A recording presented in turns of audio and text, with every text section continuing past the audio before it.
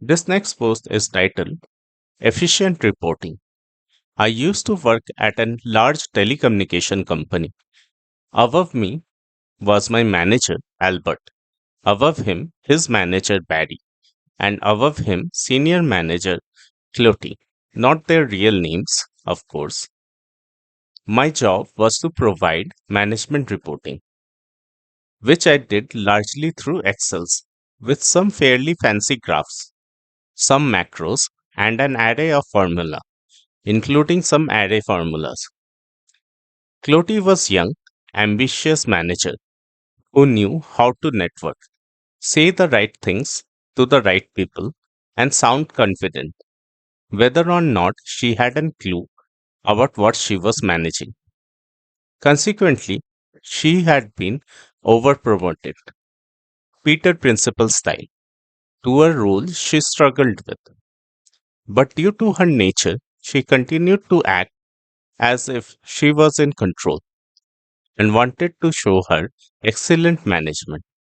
One of her traits, which I had witnessed on rare occasion, where I, as the data expert in my area, had been invited into a meeting with her to explain some data issues, was that her reaction to hearing problem was to decide on the spot she needed something to be done and that she needed to be kept informed of progress on a weekly basis.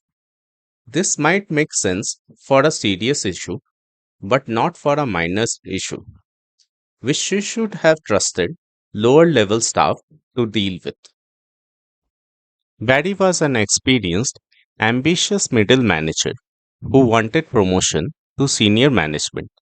In his view, and he was probably correct, the way to his goal of promotion was to tell Clotty everything she wanted to hear.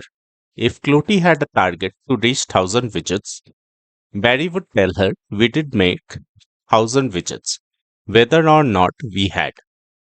Albert had worked at the company for 25 years. He was good at his job, but past caring about fighting to do a good job and just wanted an easy time as he was eyeing retirement. If Barry asked him for something draft, he did say it was draft. But if Barry still wanted it, then he did instantly surrender to his will. And at the bottom of the chain, I was actually making the reports they wanted. They had no idea how I did this. It's an era where the managers in their 40s and 50s grew up without computers and can barely sum a few numbers in the Excel without help. They think all the pretty graphs and macros are calculated cells, and this is a bona fide magic, and have no comprehension whether a task takes 10 minutes or 10 hours, whether it is manual or automatic. I hated it. Whenever they had a meeting and Clotty would require a new report on something as a knee jerk reaction, I knew that 90% of the time, by the end of the week, she did forget that she had asked for it.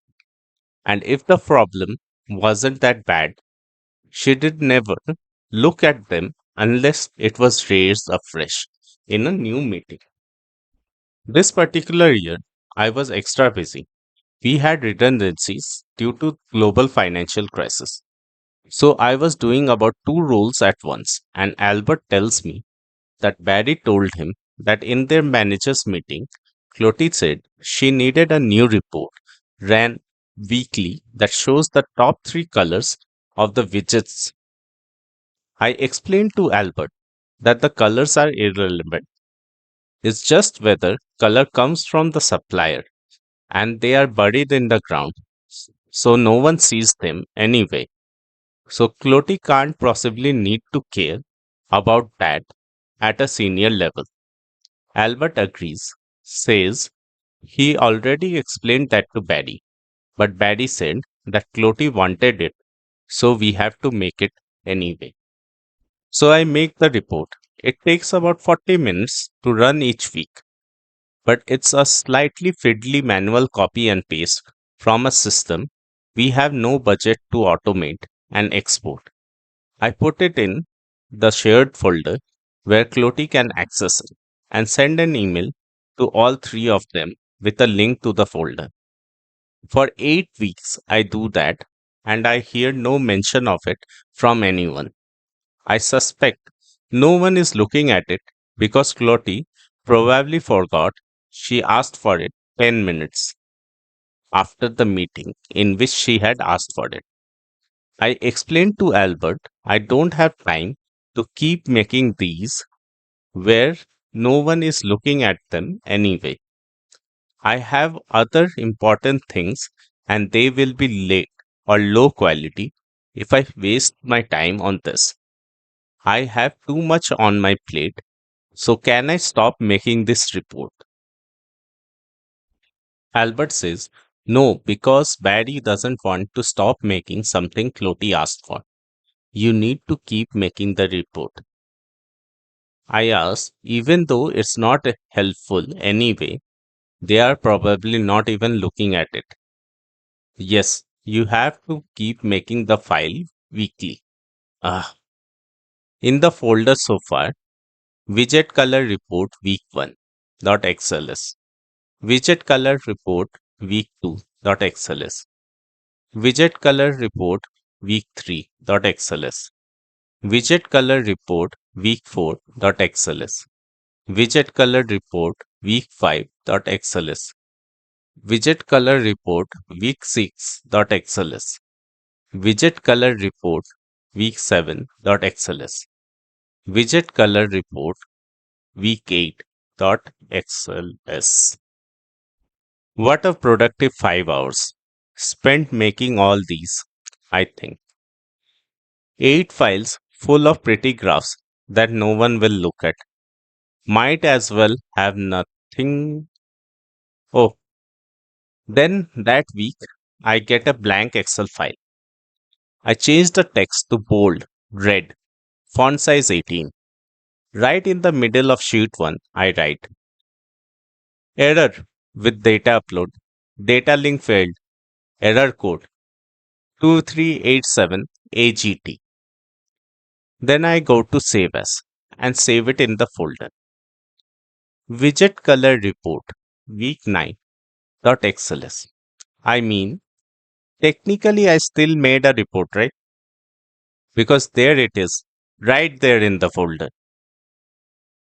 After about 5 months copying the same file and doing my 40 minutes report in 4 seconds, this has become my most efficient piece of work ever.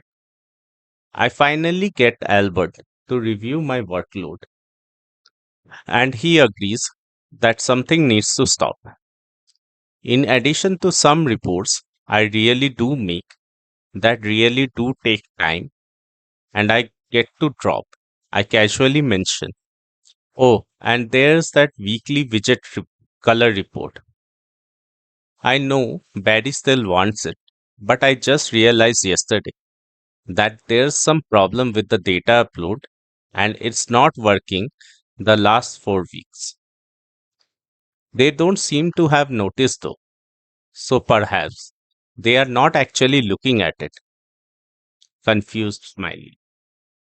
Albert believes the line about the fictional data upload issue, as it's all technically visitory to him.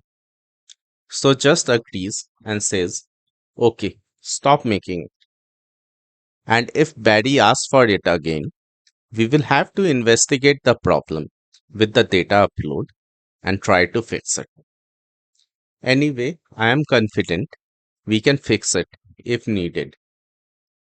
Probably needs just a little bit of Control C, Control V.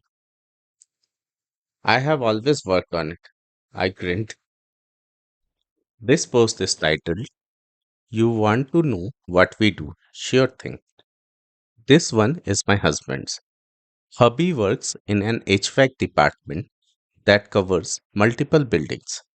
The department usually runs a crew of 5, even though they really need 6. So they all pick up overtime each week. This has long been an argument between their boss and his boss, who thinks the crew is wasting time and shouldn't actually need the OT. Not too long ago, one of the guys burned out and left.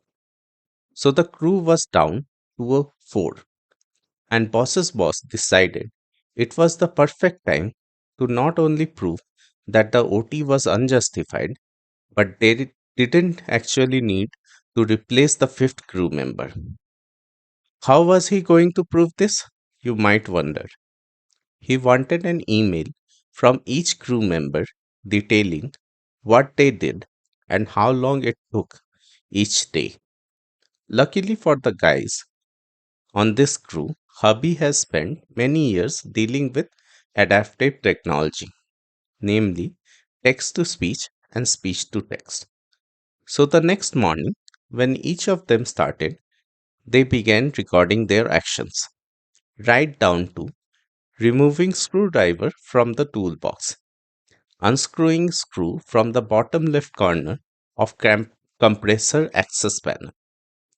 At lunch, each man copied the text to an email without cleaning it up and sent it off to boss's boss. At the end of the regular day, they did the same thing with the second half of the normal day. Then they each put an 4-hour OT. At the end of their OT, they did the same thing again. They came in the next morning to an email requesting that they did not need to document their time any longer. A few weeks later, they were training a replacement for their fifth crew member. They still don't have a sixth that they need, but their boss no longer hears complaints about the amount of OT they each put in. If you like this kind of story, kindly follow, like, and share